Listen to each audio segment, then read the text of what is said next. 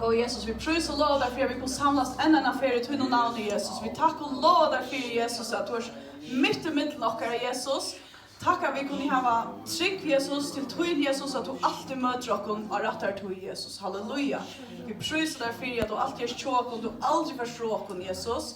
Be deg om å salve ditt år i det Jesus. Be deg om at hjelpe oss ødlene skilje og mottaker fra til Jesus og hjelpe meg å tale ditt år Jesus. Halleluja. Vi prøver deg. Amen. Takk Jesus. Ja. En affær for det. En tog så igjen, så prater jeg om Elias profet. Og det er en fantastisk søve, en av mine intersøvene. Jeg har ikke vært intersøver i Bibelene. Og det var om ta og Elias først ble kattlet over. Og det var i Israel, og det var sera godlest. Det hadde en kong som hadde Akab, som var den øntaste kongren som har vært. Inntil han. Han er gift seg ved en kone som Jezabel, som var døtter kongen i Sidon, som Fønikia, kallar man det, og til her som Libanon det, norra for Israel. Og som vi sier senest, om man hikker at hver Fønikere våre, så kallar det seg eisne kananitter. Jezabel, hon var så ønt, og jeg gikk at Akab hever, vite hva han gjør det til han gifte seg ved henne, tog at Israel var puraste infiltreret av ønskapet, av fremmede og godon, og det var ikke fitter og sikker godar, kan man si. Til det vent gode Jehova Bætje, og i øtlene som horleveser her som de tilbå Baal, B-A-A-L, her som de offrer og bøtten, løye nok, det er løye ikke åkken, men vi vil lage ikke brøtt tid. Menneskene slett ikke brøtt, amen. Vi offrer eisene bøttene der, det er ikke bokstavlig vidt, men heimeren, det blubber mer og mer av tog, at vi skulle skapa bøtten, akkurat som vi ville ha det, om det skal være en jent eller en dronker, om det skulle være så fullkommen som vi umynde okken at det skulle være, og det er ikke plass for noen øren som ikke nækka annet enn fullkommen i oss heimen som vi lever i. Og så kan vi bare fjerne det, hvis det ikke så fullkommen som vi vil ha det å være. Her det ikke noe. Vi halter det rævlig at det offrer på. Det ikke brøtt. Det ikke noe brøtt. Amen. Det endelig rævlig. Og vi gjør det enda det. Ikke vi tror oss til måte faktisk. Selv om vi sikkert gjør det ikke for lite. Men ja. Og det et av underligste som man minnes til Baal, det at de gjør det til som eitre at de låter bøttene gjenge ut jøkken eld. Og man vet ikke hvordan Gustav fungerer, ja. Så med påstående at Baal var en sånn stor standmynd, her som man kjente Baal inn i standmyndene, og så ble armene brennende til heitre, man leier bøttene i A, og så spalte prestene trommer så hørst, man hørte ikke gråten til bøttene døye. Jeg vet ikke ordentlig om det her til, alle sier bare at det var et Baal, og så tvärst och standmynden, alltså avgod var vi sunnar av ett lockst och så brände man bara bötten, ja. Man vet inte. Men nu kvosse så det här vi vet att förnyckjarna ferast alla möjliga ställen och där hade jag en fantastiska simmening, alltså där var det sera framkomner. Lucas som vet i det. Och så också vet jag men så kvar var det som det barbarer att ha offra bött. Men hvis vi tog som allt barbaroje som händer i okkar heim och vi hade och kommer sera framkommen. Så kunde vi väl sammanbära oss. Och hvis man fer till Karstako och arkeologer, söfrängar och granskare har skrivit ut här, så har det funnit fullt av vattenoffren. Och det var så den sista, alltså faktiskt i Karstako var nog där sista förnyckjarna, eller det sista som kallas så i Kossö. Og ta døy ut at når det sørste krutje vi rom, ta døy tryggven av Baal, altså han atronaren, han døy eisen ut. Mitt i alle sånn hørlevesanon støyer Elias profeter fram, og til kunne bare hitje at de senaste talene som taler hinnafer om Elias, det handler om at God kattler igjen og ber han ferdig til kongen og sier at det får ikke rekna til døde mennesker fra gode. Og Konkurren stendte jo i en rævliga støve, så det kan jo bli opprøster og alt. Og etter 3 år så vi omgår rekne, og torske og hungersnei, så står Elias fram etter Guds året, tar God kallar han, og sier at God skal prekva hvor han ved at han bygger et altar og elder fettler fra himmelig og brenner opp altaret. Amen. Og offre. Ja. Og så enda det vi at det fyrre rekna. Så, men det er meg alltid, jeg var lojt til at jeg alltid elsker søna, at så blir konkurren og Elias vinner. Tog at søvann og trofast og vinner, hun ender her. Men jeg vet ikke, bøttene så fyrt og åsik, men det hendte slettes ikke. Jeg umynda meg alltid, så måtte jeg blåa vinner til at nå så alt folk gjotta i at til Herren som er god, til Herren som er god, til oss vi senast, og det er fått nere anledning og tilbåe, og vende seg fra, tar man fremmede god noen, og hvordan sørger en av tog. Og så helt er alltid at, ja, men nå har det rekna, og nå så Akab at god er god, amen. Og så blir det her bra vinner. Så nå måtte jeg lust til Elias i et kjekter. Men det hendte ikke. Mennesker kommer være helt avfætlige trask, og selv om vi søtter underversk, om man er underversk, så blundar vi bare og sier, hatt er ikke god, hatt er ikke god. Jeg leser en kone, jeg skriver en vittnesbord ut av Facebook, om hvordan god har gjort døtrene som var i den desperatare støvet til at hun har gjort penger til sønn og battene. Og det var en sånn menneskeslig ting. Mamma har sendt henne 2 par av håsen, eller sokken til bøttene og til sønn, halvt jeg.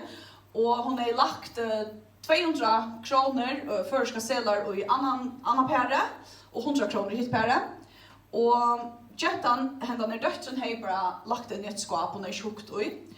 Og brottelig en der ringer hun, og dyrast nei til at hun hever ongar penger, og hun er ikke bra til mat.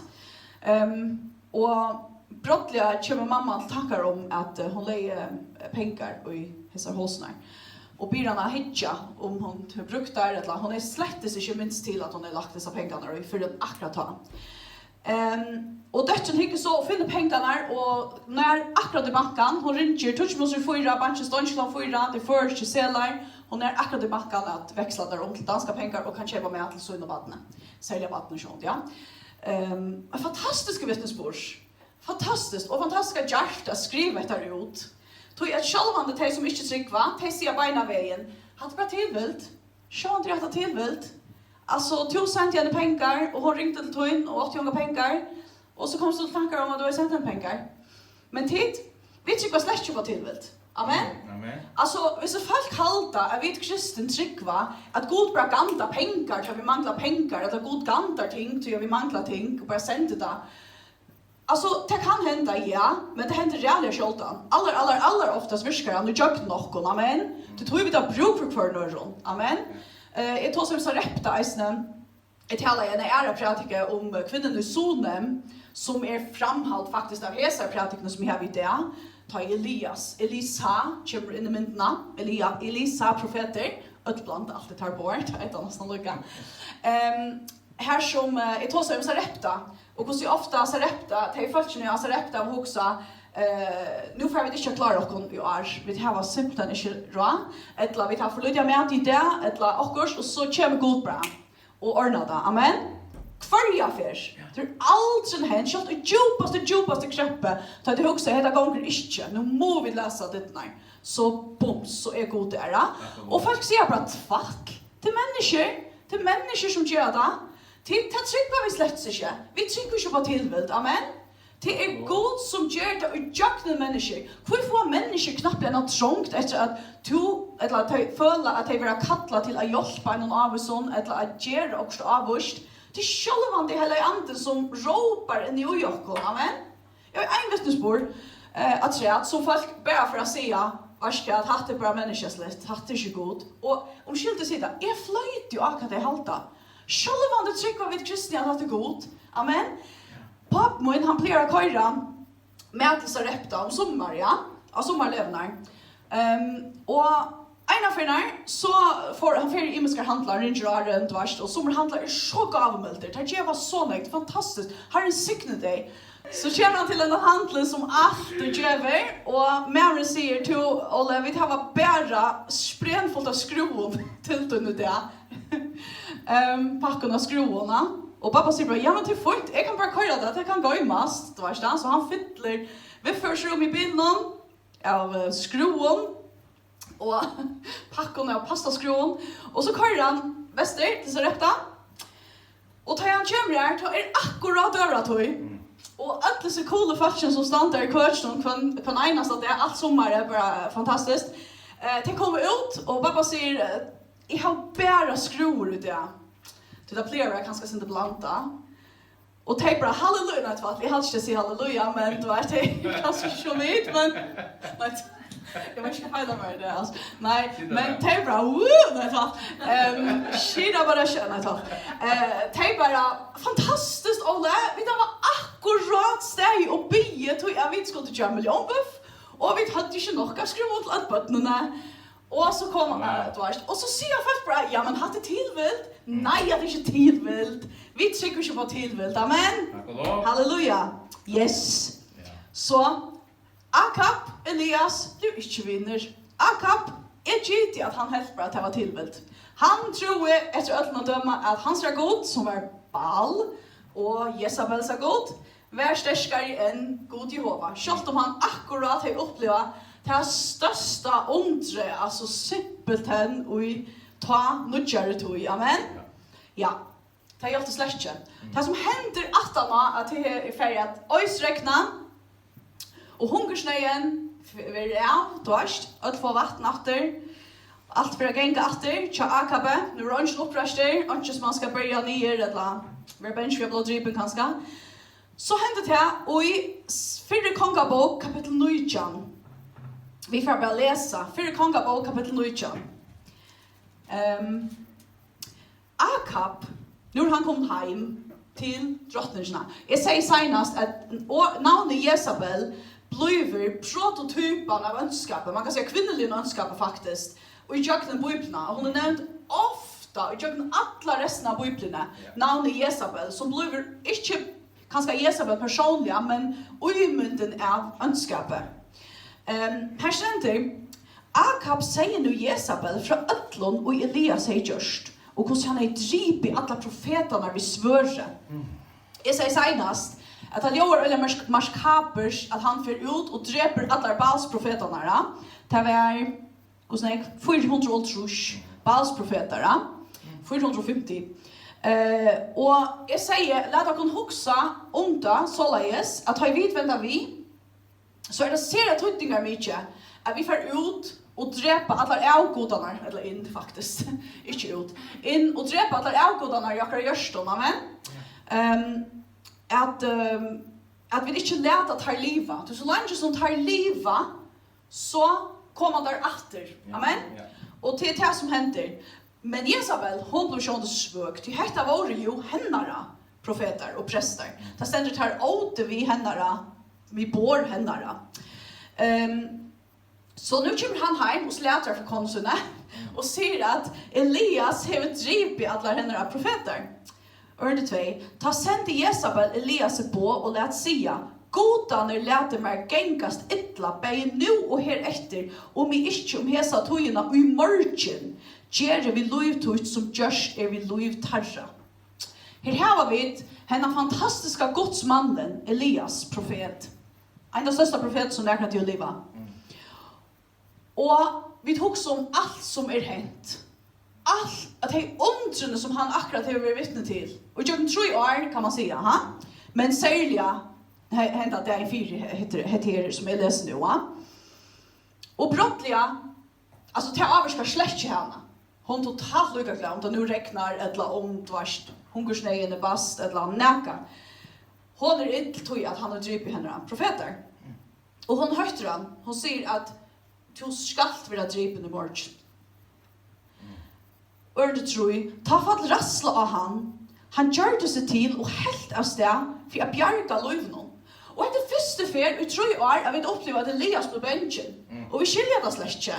Vi tog så Hvorfor han benchen, disse store godsmæveren som akkurat vil oppleve det største undrene som God har bjergående og i 3 år, han er vært forfylter etter av herrmånen, av vaktarmånen, ødla var leit etter han har vært fortjent nummer 1, og i 3 år, God har gått han, og givet noen mat, og givet noen drekka, og sist 4 timer som har vært tidser av hånden til Anchene og Anchene i Sarepta og sånne noen. Og brottelig, nå blir han benchen. Nå blir han benchen. Hvor blir han benchen nå? Jo, til akkurat for Jezabel, til Jezabel som er etter hånden. Jeg gitte at han vet hvordan størst valg hun hever. Og jeg husker ikke om menneskeslige bæra, slett ikke. Det menneskelige valget er vi etter det 3 år. Men jeg husker det andelige valget. Han må ha vært rævlig av benchen, og vi skiljer det ikke, til han eier ikke av benchen, amen. Han vet at God Jehova bare ikke 18 for han. Men, eller bare ikke han, men han ble benchen, og han rymmer. Og her stender, og han kom til Beersheba, som høyre til Jota, og her lette han tjenere som etter. Og selv for han dagsfer ut i øyemørsene, sette seg under gøyvelsron her, yngste ser deian. Han ikke at han var deier, så benchen han. Og sier, nå no mykje, hetta sier han vi god, nå no mykje, tak nå lov mot herre, to jeg ikke bedre enn fedre munner.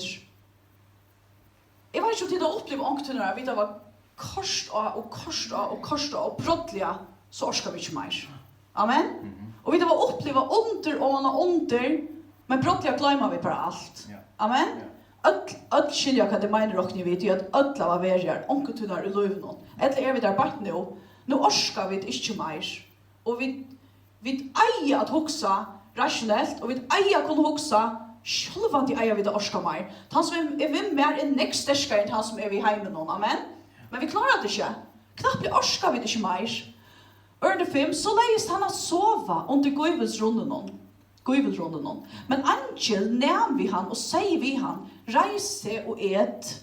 Da han hukte rundt seg, fikk han suttja at her som høtt hans heilige, la køka, beka og heit om steinen, og her stod krukka vid vattnet. Han fikk seg til å ete og drekka og leie så i natt. Men angel herrens kom opp etter og nevn vi han ærefer og sier, reis til og et, annars var veveren til og lenker. Han rastes ta og fikk seg at et og drekka, og styrste av hese målter gikk han 4 dager og 4 nætter, lykka til Horeb, fjallgods. Her får han inn i hedle og vær her til nottene. Ta kom år herrens til hansara, og han sier vi han, hva vil du her, Elias?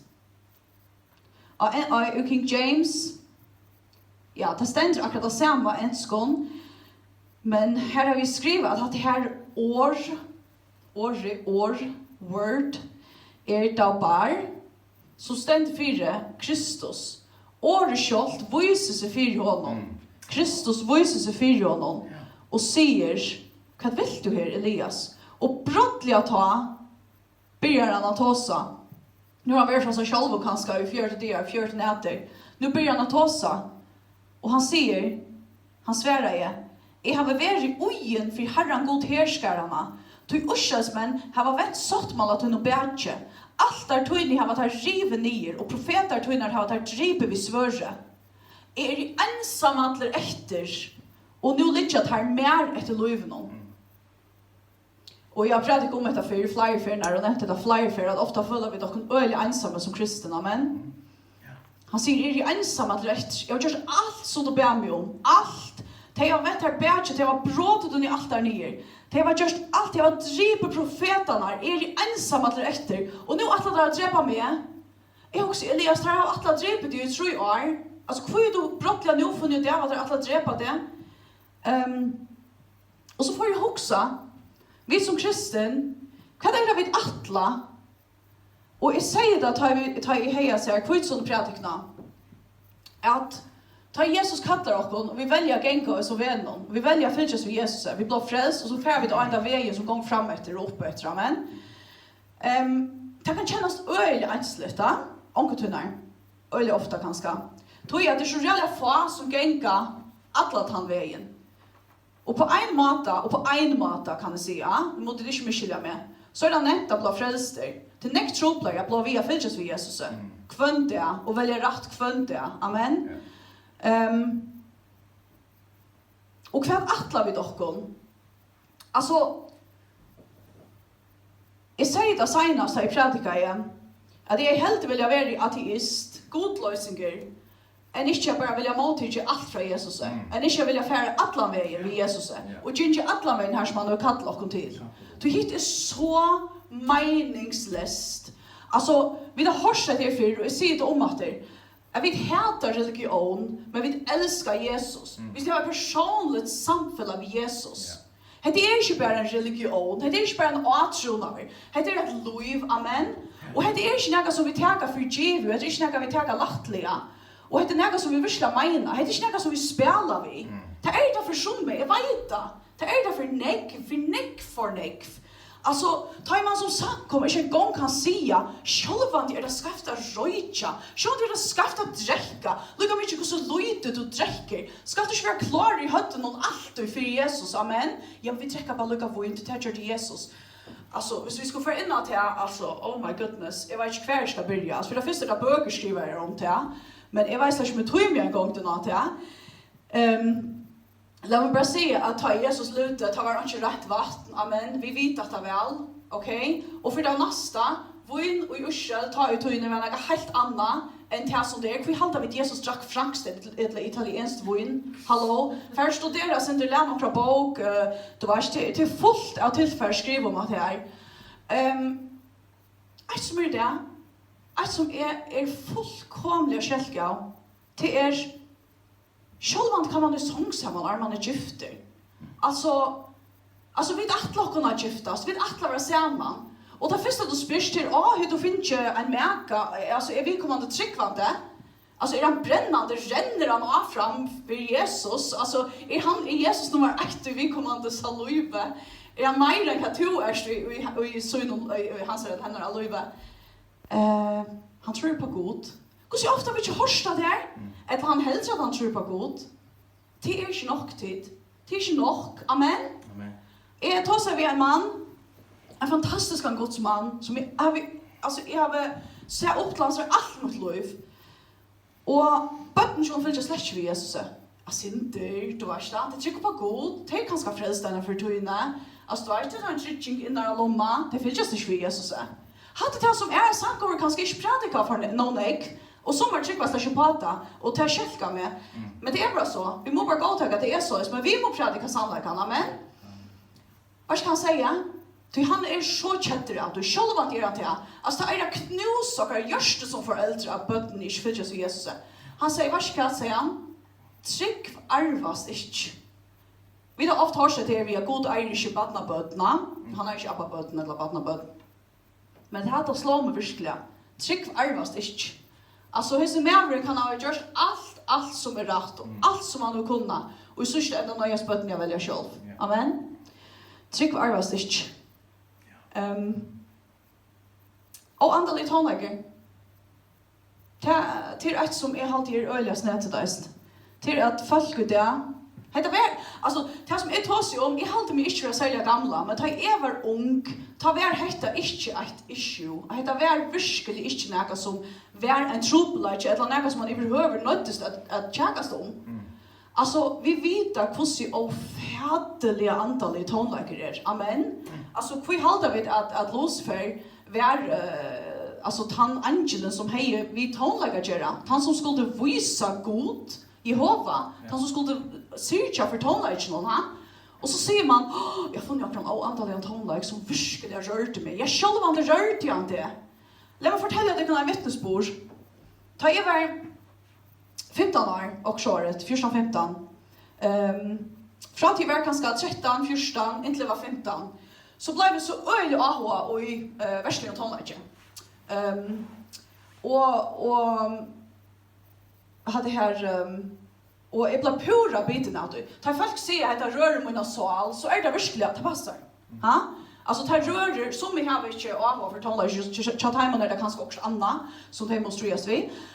Men det var verkligen näka att det verkligen rörde mina sal kan man säga. Och jag var totalt bunden. Och jag gick av möte, men det var inte ett liv. Det var en avtron av er. Amen. Alltså, jag helt att det var frälst, och det var i lommanon, och det var det. Jag gick inte av fram med Jesus, och jag finns som så inte vid Jesus. Men det var lukka som andre som visste meg, og hala i meg, og sier til hvert, Astrid, hette her litt av ratta, hette veveren som du eier genga, du gonger bært det, du gonger totalt vid søgner av, va? Så kom vi av et annet møte, og ble fullkomlig omvendt, radikalt omvendt, og fann ut av at Jesus faktisk et personligt samfunn. Altså vi fylkjes vi en bästa vidne som blir okra fæger, amen, halleluja. Och som säger också vad det rätt och vad det skräft. Men jag klarar inte att släppa hur som tonlägen. Alltså för det första är jag brukt säkert alla pengarna som är närkant till i 8 och närkant till i 20 och på flöver var det ta och allt sånt här. Och ja, och jag klarar inte att släppa mig av det. Och så skulle jag flytta till USA i ett helt år. Jag var akkurat fyllt 16. Och så var jag en ungdomsmöte. Och jag minns ordentligt väl kvar hejmöte. Tar också som var kommit ur norra. Alltså det var föringar, men jag tror inte jag ser här för det var, men jag måste se att det var nästa för möten. Jag har ångat fortalt dem om det. Och jag tycker inte det minnas det. Och det var mega brännande. Och det hade ett ungdomsmöte, och ta ungdomsmöte i ända så både jag komma fram till förbön. Och vi stillade också så i en sån liten ring, vi var nog så. Och så både jag kom bara tåsa vid Jesus och spyrja han, Jesus, vad är det som binder med?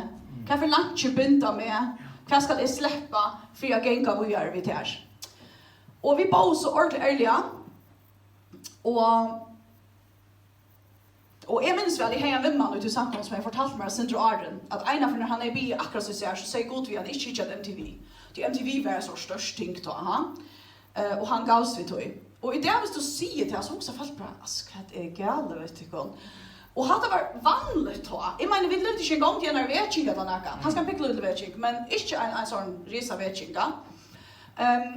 Og brottelig sier god, inn i mot øyra, ikke en sånn rød som man høyrer til vita, men tar du hørt i høtten henne, så står seg god aller oftast vi oss. Og han sier, hvor alle fløvner kjøtter vekk. Vad ska man göra att God säger så där? Du kan säga två ting. Du kan säga ja, själva det aktiga det god. Jag vill fyllas vid det här. Eller säger vi att det vi show till. Och så säger Jesus. Okej. Han försöker tvinga oss till näka, amen. Men han säger det vi oss. Och jag får hem och kör i alla skräll. Så 1000 kronor, 1000 år kronor. Och i skräll och så får ett låsa och måste börja en annan samling av kristliga tonlage. Och jag hade det så snett det att det så som jag upplevde så är det att jag först lust efter andra tonlage, så är det låshanger, så kallar låshanger, det som man kallar låshanger, vet jag, att möjligt slå. Men det är lust efter tonlage, så gänga det festivaler, och det är lust efter andra tonlage. Och det är spren ätande fullt av kristna tonlage. Jag vill inte lust efter andra tonlage, det var 15, och låt mig fortälja det här, att det är så jävla nekver kristna tonlage till. Av ödlo, alltså allt slä. Ikke å legge ditt sinne som gjør at du slett kan ta emot det fra Jesus, ikke høre fra Jesus. Vi taler. Så ser man vi ting som vi tykker at det er ikke kommet av til at Kristus sier at hykker heter en mega god serie for å hykke henne. Jeg har ikke en gang til å ta oss om det, men jeg halte til å vite hva det mener vi. Det er ting som vi trykker at de overhøver ikke eier dolk og eier vi. Amen? Amen. Jeg har ikke hukket om det. Spurgeon säger, hvis du måste nöjest att göra, nu rör jag omsett i hötten, hvis du nöjest att skapa ett cirkus för att få folk att komma och möta, så måste du bli vi att skapa cirkus för att få det att komma att. Och i huxa, tar man inte att bjöa och man inte kan se sannläggan för folk, och man bär däckar och dyr och stöd honak i öra där man, så nöjest du att skapa cirkus. Men vad händer, ta i ljósni är väck, ta i allt det där flotte ljoförne och hatalarar och allt är borster och ta i röjgrunna borster och bära Jesus ständer efter vid sin naglamars i hånden och sin sarte soj och sin sarte änne och sin sarte foton vill jag vi ta hem han, bära han tid till jävla som inte vill haft det. Öjla nek som ett sagt att det var faktiskt inte det som jag vill ha. Du till en enslig väver, att gänga att han vägen. Amen. Och här stannar vi som Elias, pura ensam, in i sin hettlen någon och se att allt vilja med ett liv någon. Och tjockon är det själva inte kanske människor som rönnar att drepa kon, men jo, andaliga här vid lanche, och jag vet att oss inte för mig själv, oss för jag öll. Vi där vi undrar tunkar döjnen nu, och länka tog. Men vet ni vad är mest, och jag mest så jag kvitt som möte jag syns och att Jesus ger oss. Amen. Vi måste ge upp. Jesus ger oss. Jag säger det kvitt som möte någon att det är en troan som Jesus lägger i oss. Det är inte en människoslig troan och vi klarar inte att lägga den i oss själv och ingen annan kan lägga den i oss för oss. Men det är Jesus som ger oss och jag tycker att han ger oss nu. Amen. Här ständer, och det är så gott. Det är akkurat det som är oss om. Vill du ha bära Jesus? Ord i 11. Han säger, alltså god, det är rötten, säger. Fär ut och start av fjällen för Asjon Herrans. Så gick Herren fram vi och äggveliga störskor stormor kom som klev fjöld och sårade sånt klättar för Herren.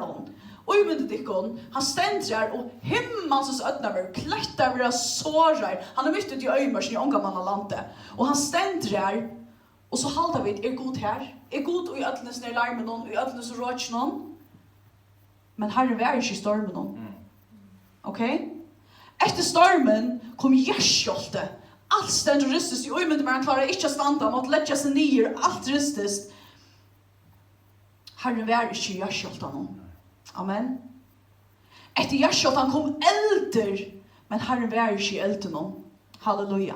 Lust nu. Men efter elden hördes milt så.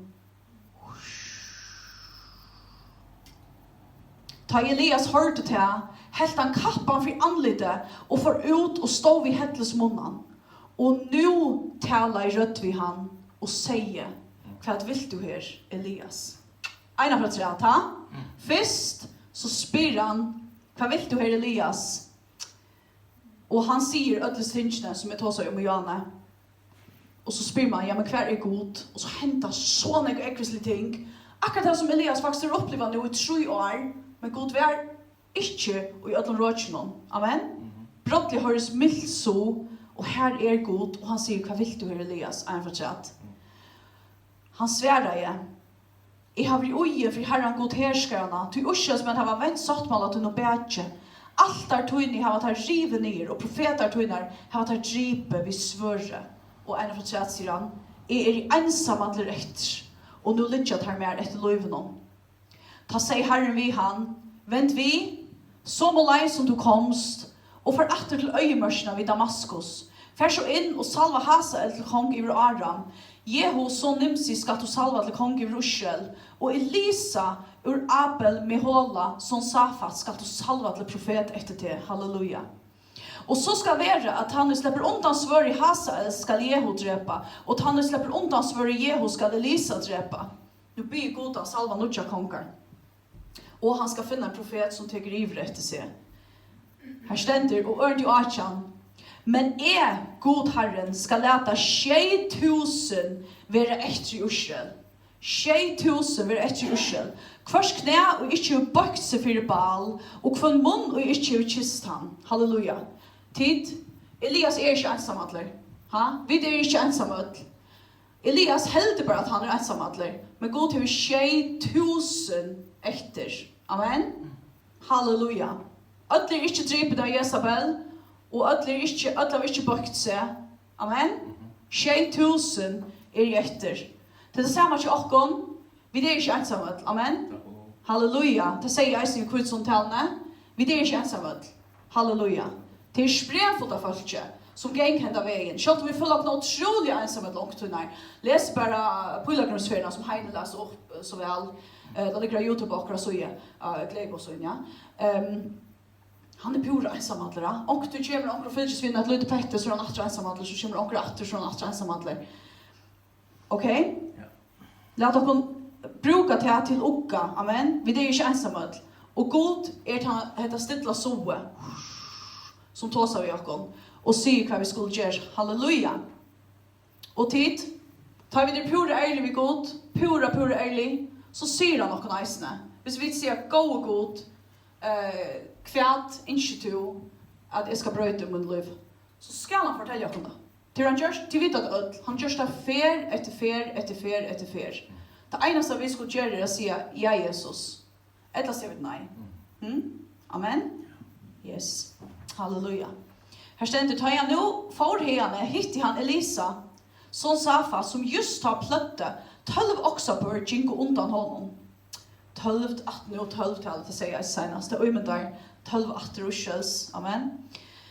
Og selv var han vid 12 pære. Ta nu Elias kom fram vid honom, kastet han kappan i han.